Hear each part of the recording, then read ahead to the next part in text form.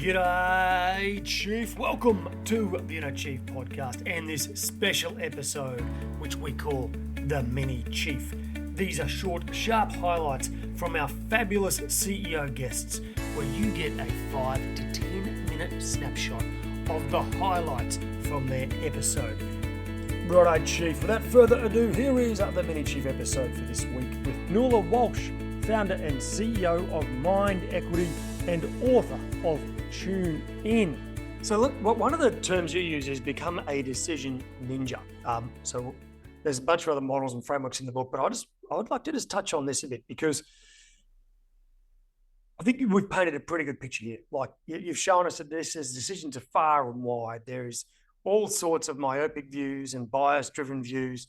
And when we get in the corporate world, we can get a real energy and a line of almost. I remember there was something happened in Victoria during these huge lockdowns where they employed an external security workforce, and there's a big review into it, and I won't go into it, and I don't want to get partisan or anything.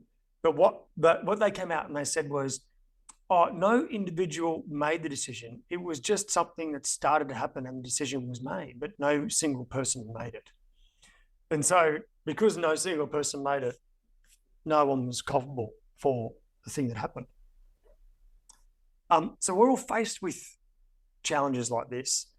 Can you talk through, you've got a little model called SONIC decisions, which stands for slow down, organize your attention, navigate novel perspectives, interrupt mindsets, and calibrate situation, changes and strategies. Could you give us a couple of minutes lesson on what that means? Well, firstly, the decision ninja, it was a way to describe the end state. So, what you want to be is you want to be a good decision maker. So, a decision ninja is someone who gets it more right than wrong, quite something. And that involves being intentional, noticing what's said and what's not said, and exactly how a journalist will interrogate their sources, or an investigator will, crack their case, and negotiators, might win a deal.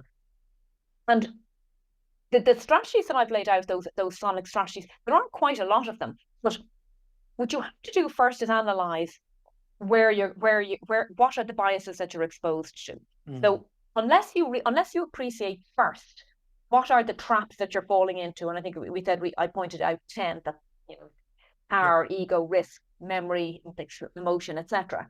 So when you fall into those traps, you need to know which one you're talking about. Because there are 200 biases, it's very easy just to say, well, if you do X and you do Y, you will make a great decision. It's just not that simple, because you need to diagnose what bias you're exposed to first. Now, that's not as hard as it sounds, because if you know that you are, exactly as you were saying, if you're prone to, you probably know if you are, if you're not, or if you're desperate to hold on to power or afraid of losing it, well, you just go to the power-related biases, have a look, and say, okay, well, that's what I would do in that scenario for power-related issues. So there is an easy way to sort of apply this thinking. I mean, I've suggested that people introduce decision friction. And decision friction, in the normal online world, if you want to cancel a subscription and it's hard, they call that friction, friction for the customer, and it's really negative, and who wants it? But apply decision friction. It's like the system 2 that we were talking about earlier. You deliberately interrupt your thought before forming a judgment, and it's simply adopting a series of prompts or new rules or nudges or questions, like the ones that we were talking about earlier. Do that. You interrupt your mode of thinking when you slow down. So you can't just slow down yourself if you're in a hot state and you're angry and annoyed at somebody. But if you decide in the beginning, if you decide up front that you want to be a better decision maker, and there's no point even, it's like saying I want to lose weight. Well, unless you've actually decided you want to lose weight, you're not going to. You must commit to being a better decision maker, particularly in a high stakes situation. And that is a mindset change, just as easy as if you're going to try and get fit. So it becomes a habit. You apply these questions, you look through all of these different options that people can have, and it's like a speed bump for your mind. And the good news, Greg, is that you only need to do this temporarily to filter these negative voices or adverse voices during a hot state. And if politicians didn't, if if leaders, if CEOs did this, people who really hold a lot of power, it's one thing to do it for yourself. It's another thing to do it in an organization. But from a societal level, like you're saying, that the person said, well, nobody made the decision. Well, you all made the decision because they all made it because they were all complicit. What you had there was a bunch of bystanders. But they were all complicit, and they were all guilty of that, obviously. But when you're looking at scale at a social level, things become either good or bad. I mean, you can take it positively and say that the Me Too movement was, fantastic. The Bob Geldof Band-Aid or Live Aid, was very successful. It raised a huge amount of money for Africa back in the 80s. So and during COVID, Lady Gaga did a similar, big charity event and got a lot of people behind it. So these Black Lives Matter, any of these momentum-based movements happen at scale, and you can use crowd and emotion for good, so that good decision and good decision outcomes, result on the back of it. I'd just like to talk about something that comes up a lot in my work, and I'd love to know how to approach it in some ways. Well, one thing that happens a lot, because I go away with a lot of leadership teams, and we work on what they've done in the last 12 months and what's coming, right? So we do a lot of reviews of their performance. But what I can see a lot of leaders and leadership teams and boards do is they put off making a decision, right? And so they say, well, we haven't made a decision about this yet. My challenge to that is, well, no decision is actually a decision. It's a decision to not make this decision, a decision to not proceed. And a lot of the time, there's a whole series of consequences that flow through the organization they're involved with because they didn't make a decision. But then, because they didn't make a decision, they don't feel like there's any ownership of the consequences. So there's a thing there which is no decision or not making a decision is actually a decision. How do we become more aware of that is sort of part one. And part two is, how do you work with your teammates on reviewing the quality of your decisions? Decision is a decision is absolutely right. And people suffer a lot when they're making a decision, they can't make the decision. And it's not a good state to be when you're struggling, you actually just can't decide, because you're so torn with the consequences. You have disproportionately magnified consequences in your mind of X or Y. We do that. So, and that is what's keeping you trapped in that zone of indecision. So how to make people more aware of that? I think they know.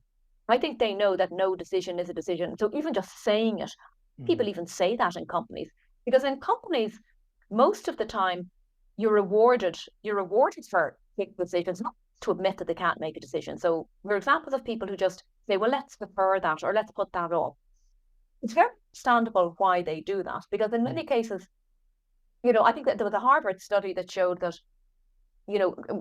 CEOs are 12 times more likely to get the top job, or individuals are more likely to become a CEO, rather, if they make quick, fast decisions. So fast decision in that case is rewarded rather than an accurate decision or a good decision. So it's understandable that people put things off, particularly now in this crazy loaded world that we live in. So I think it's obvious. I think it will be obvious to people, Greg, when that's happening, and calling it out like you just out there, I think would be a very good way to do that, so that you bring it out there and make it comfortable for people to say, it's okay not to be able to make a decision. We all have that, but nobody admits it. And certainly in companies, I mean, if you're not in a position of power, it's, or if you are in a position of power, it's much harder to admit it than if you're not. And then, how would you evaluate a decision? Well, I think it goes back to that outcome question. How do you evaluate whether you went on, whether you do anything? You go on a holiday, you pick the wrong destination. Well, my goodness, you're going to justify that, unless it's a real disaster. Even if it's not great, you'll justify it while you're there. I find this really fascinating. You justify it as much as you can while you're there, because you don't want to ruin the holiday. But the day you come home, you go, well, I wouldn't go back there again. Or I'm not sure I would recommend, but for every day and every minute you're there having your cocktail and in the cloud, sun's gone. Yeah. You you justify it and you say, well, at least we're having a break, or at least we're doing this, that, and the other. Yep. That happens no matter whether you're a president or a professor or a parent, making a decision. We all do that. And I think you decide you decide the outcome, you decide. Now, I should correct myself in one respect. Today, in a social media environment, your Twitter followers decide about some of your decisions and some of your misjudgments. And oh my goodness, you will be cancelled before you will be complimented on anything. That's so true. It's a dangerous world, dangerous from that perspective. Righto, Chief. There you have it for this week with our mini Chief episode. Now, all the links to the book and her website and all her socials can be found at chiefmaker.com/323. And if you'd like to stay in touch with Chiefmaker, just go to chiefmaker.com/subscribe. Chief, one of the core skills of all great chiefs is the ability to interview and recruit the very best performers to your team. Now, many chiefs say to me that they get up to 25 or even 40% of their recruitment decisions wrong. Now, many of you who listen to this show will know that over the last 6 years, we have asked dozens of CEOs what is their number one interview question when recruiting for senior roles. What we have done is turn that into an invaluable resource. It is the 30 most powerful interview questions used by CEOs to hire high performers. These are the questions that reveal the true nature of the person in front of you. They are the ones that give or create that truth-telling moment that will help you decide whether to hire or not. Chief, if you want this resource, just go to chiefmaker.com/interview and just pop in your details and download the detailed PDF. Righto, Chief. As always, remember to stay happy.